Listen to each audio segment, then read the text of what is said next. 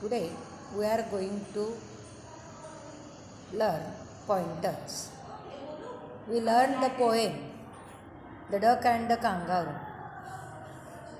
Now look on page number 70.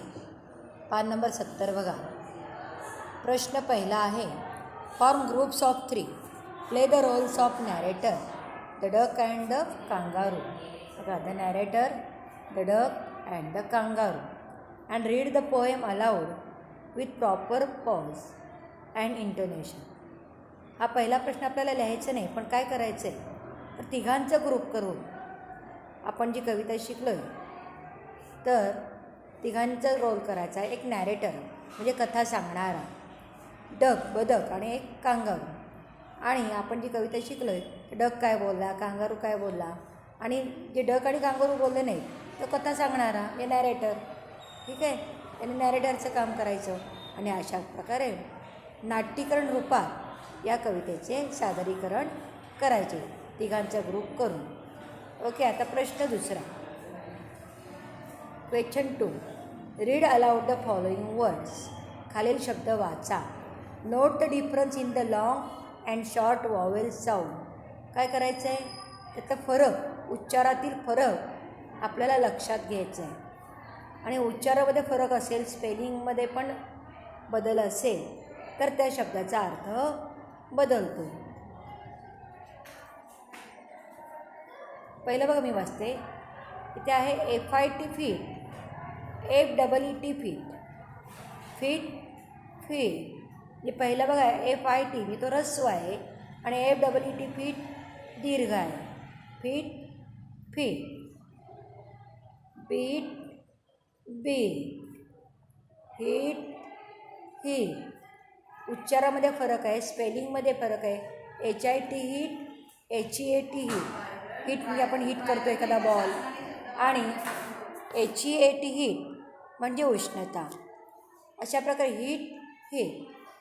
Seat seal, SIT seat बसणे क्रियापदे, आणि ACAT सीट म्हणजे बसण्याची जागा, म्हणजे ते नाऊन आहे, नाम आहे. SIT sit, ACAT seat. Peak peak, cheek cheek, CHICK चीक कोंबडीचे पिल्लू, CHEEK चीक गाय. टीक टीक, लीक लीक. अशा प्रकारे हे जे शब्द आहेत आपण उच्चार तोच करतो, फक्त ऱ्हस्व दीर्घ थोडासा फरक आहे उच्चारामधला, पण त्याचे स्पेलिंगसुद्धा बदललेले आहे. आणि डिक्शनरीमध्ये तुम्ही पाहिलात तर तुम्हाला या शब्दाचे अर्थ लिहिता येतील.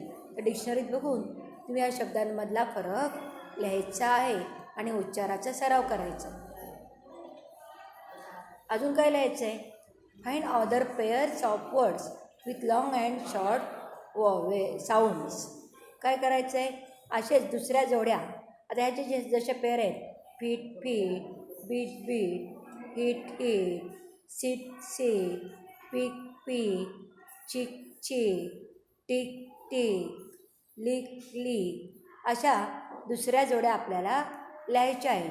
इथे त्यांनी दिले बघा, पेन पेन.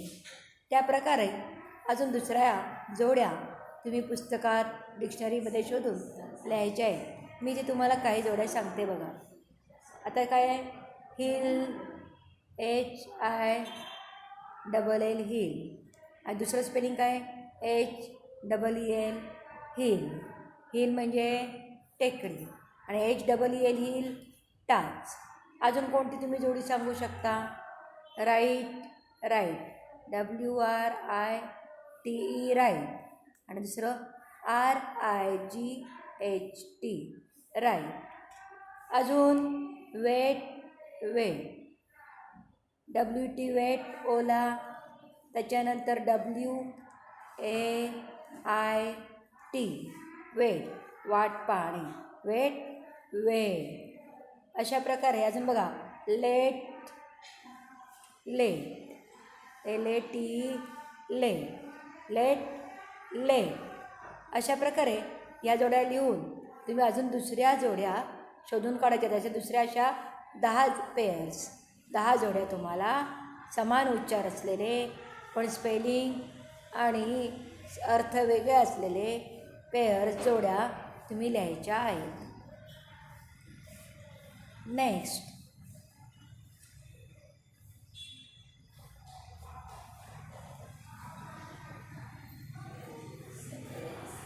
प्रश्न तिसरा. Question 3. Put the following events in order in which दे टूक प्लेस. खाली प्रसंग दिलेले आहेत, ती कविता तुम्ही शिकलात. मग आता ते प्रसंग दिलेले आहेत ते कसे लिहायचे? In the order in which दे टूक प्लेस. त्या घटना कधी घडलेल्या आहेत. म्हणजे वाक्य आहेत, एकूण 8 वाक्य दिलेली आहेत, ती उलटी सुलटी दिली आहेत, ती आपल्याला सरळ करायची आहेत. बघा, A B C D E F G H ही अशी 8 वाक्य आहेत. तर त्याच्या घटनाक्रमानुसार ते आपल्याला वाक्य लिहायचे. आता मी तुम्हाला एक एक वाक्याचे अर्थ सांगते, मग तुम्ही घटनाक्रम तुम्हाला समजून येईल. पहिलं वाक्य आहे, the duck told the kangaroo about his wish. बदकाने कांगारूला आपली इच्छा सांगितली. दुसरं वाक्य आहे, द डक वॉज बोर. बदक बोर झाला. तिसरं वाक्य, the duck lived in a pond. तो बदक पॉन्डमध्ये डबक्यात राहत होता. चौथं वाक्य, the kangaroo agreed to take the duck with him. कांगारूने बदकाला त्याच्यासोबत न्यायचं कबूल केले. पुढे 5वं वाक्य आहे, the kangaroo thought about it. कांगारूने त्यावर विचार केला. 6वं वाक्य त्यांनी दिलेलं आहे, the duck decide to talk to the kangaroo.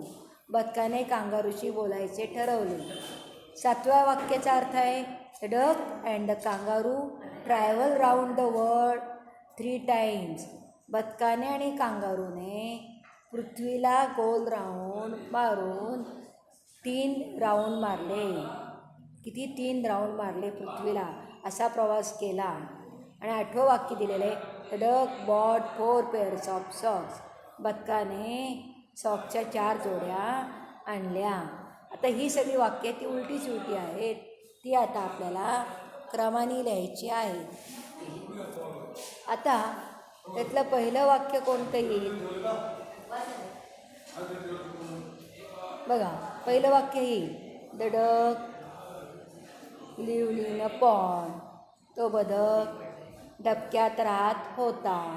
दुसरं वाक्य, द डक वॉज बोर. तो डक कंटाळला होता डबक्यात राहून. तुम्ही कविता जर नीट ऐकली असेल, शिकला असाल, तर तुम्हाला आठवेल की तो बदक बोर झाला होता. तिसरं वाक्य कोणतं येणार? मग त्या बदकाने ठरवलं, the duck decided to talk to the kangaroo. हे वाक्य तिसरं येणार की त्या बदकाने त्याला कांगारूसारखं उड्या मारत सगळीकडे फिरायचं होतं, त्याने कांगारूशी बोलायचे ठरवले. आता 4थं वाक्य कोणतं येणार?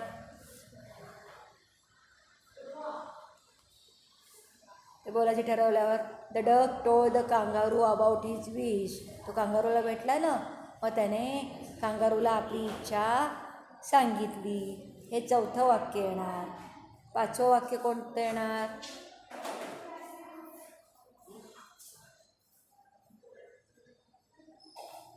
The kangaroo thought about it. हे कांगारूने त्याच्यावर विचार केला. त्याने आपली इच्छा सांगितली.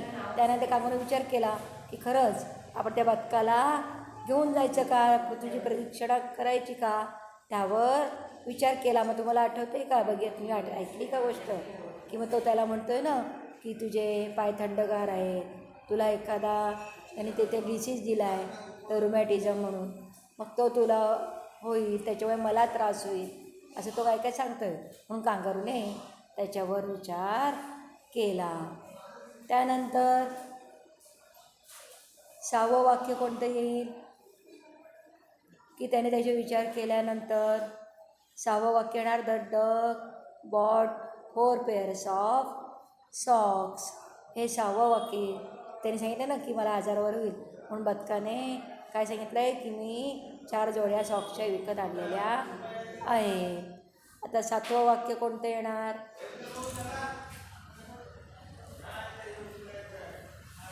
The kangaroo agree to take the duck with him. ते कांगारूने बदकाला आपल्यासोबत घेऊन जायचे कबूल केले. आणि 8वं वाक्य तर कोणतं राहिलं बघा. The duck and the kangaroo travel round the world 3 times. त्यांनी जगाला डक आणि कांगारूने 3 वेळा राऊंड मारले, एवढा प्रवास केला. हे येणार शेवटचं 8वं वाक्य.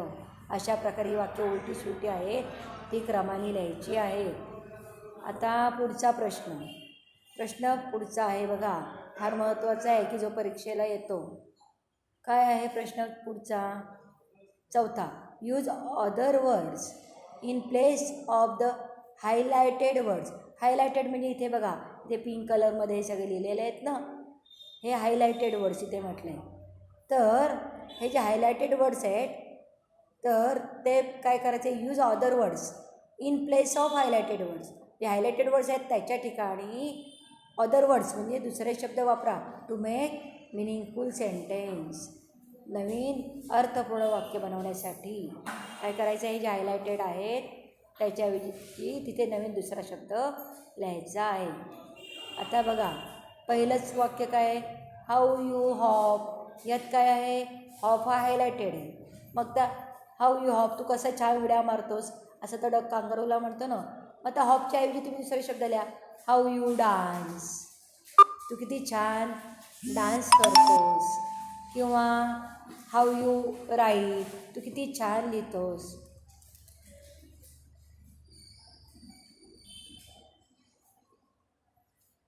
How you right. एखादा मुलगा छान लिहितो, मग तुम्ही सांगू शकता हाऊ यू राईट. किंवा हाऊ यू सिंग. तुम्ही हॉपच्या इथे सिंग लिहू शकता, हाऊ यू सिंग. अशा प्रकारे तिथे कोणतं तरी तुम्ही दुसरं क्रियापद घ्यायचं की तू गातोस किती छान, लिहितोस किती छान, वाचतोस किती छान. How you read. तू किती छान वाचतोस. तर हॉपच्या इथे तुम्ही दुसरं वर्ब वापरून ते वाक्य लिहायचं आहे. मिनिंगफुल वाक्य पाहिजे. दुसरं वाक्य बघा, ॲज इफ यू म्हणजे जसे काही. Would never stop. जसं काही तू थांबणारच नाही आहेस. तू छान उड्या मारतोस ना, मग त्याला म्हणतो तू कसं जसं काय थांबणारच नाहीस. मग ती स्टॉप आहे. स्टॉपच्या इथे तुम्ही दुसरं कोणतं शब्द लिहू शकता की आता एखादा मुलगा शांत हाताची घडी घालून बसला असेल तर आपण कसं ते वाक्य होईल? As if you would never speak. जसं काय तू बोलणारच नाहीस. काय लिहू शकता इथे? Never speak. तू जसं काही बोलणारच नाही. किंवा जसं काही तू सांगणारच नाहीस. Never tell. जसं काही तू काही कोणाला सांगणारच नाहीस. स्टॉपचे ते स्पीक, टेल असा शब्द लिहून ते पुन्हा वाक्य लिहायचं आहे. पुढचं वाक्य आहे आय लॉंग टू गो म्हणजे माझी इच्छा आहे. Out in the world. काय करायचं आहे? ह्या जगाच्या बाहेर फिरायचं आहे. कांगारूला म्हणतो आहे डक की मला तुझ्यासारखं सगळं जगाच्या बाहेर फिरायचं आहे. मग I long to go to US. मला अमेरिकेला जायची इच्छा आहे असं तुम्ही लिहू शकता. किंवा I long to go to Mumbai. मला मुंबईला जायची इच्छा आहे असे तुम्ही लिहू शकता. ठीक आहे. आता नेक्स्ट, आय विश आय कुड हॉप लाईक यू. इथे हॉप आणि यू हे 2 शब्द बदलायचे आहेत. आय विश, आय कुड माझी अशी इच्छा आहे की आय कुड हॉप. हॉप म्हणजे मी उड्या माराव्यात. लाईक यू तुझ्यासारख्या उड्या माराव्यात. तर इथे बघा एक उदाहरण दिलं आहे. आय विश आय कुड व्हिसल लाईक यू. मला तुझ्यासारखे ते त्याने यू नाही बदलला, आपण बदलणार आहोत.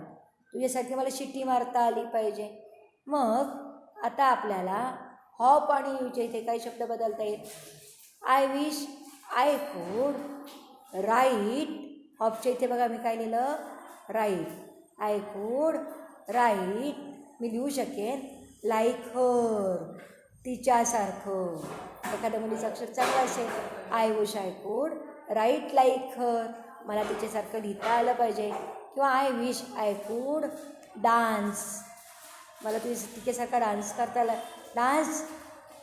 डान्स लाईक हर मला तिच्यासारखं डान्स करता आलं पाहिजे. मग तुम्हाला काय की तिच्यासारखं लिहिता आलं पाहिजे, डान्स तिच्यासारखं गाता आलं पाहिजे. मग लाईक यू, मग यूच पाहिजे असं नाही. लाईक ही, त्याच्यासारखं गाता आलं पाहिजे. लाईक हर, यूजच्या इथे ही, हर असे घेऊ शकता. हॉपचे ते डान्स, सिंग, राईट, स्पीक, तिच्यासारखं मला बोलता आलं पाहिजे. असेही तुम्ही हे प्रश्न लिहू शकता.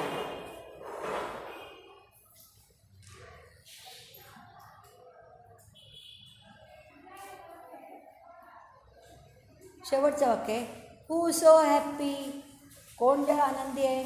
ओ who, as the duck and the kangaroo, duck आनंदी आहे का कांगारू आहे आनंदी आहे. हू सो हॅप्पी आहे, तर कोण आनंदी आहे. मग हॅप्पीच्या इथे तुम्ही हू सो सॅड लिहू शकता. हू सो सॅड, कोण दुःखी आहे. हू सो थर्स्टी, कोण जास्त तहानलेलं आहे. हे सॅड लिहिलं तरी चालेल, थर्स्टीने तहानलेलं. हू सो थर्स्टी, कोण तहानलेलं आहे. Oh who, as the duck and the kangaroo, बदक का कांगारू, कोण तहानलेलं आहे. हू सो सॅड, कोण दुःखी आहे. अशा प्रकारे हे हायलायटेड वर्ड्स आहेत, त्याच्याऐवजी दुसरे शब्द लिहायचे आहेत आणि वाक्य पूर्ण लिहायचे आहेत. तर हे प्रश्न दुसरा, तिसरा आणि चौथा या प्रश्नांची उत्तरं लिहायची आणि माझ्या पर्सनल नंबरवर त्याचा फोटो काढून तुम्ही मला पाठवायचा आहे. थँक्यू.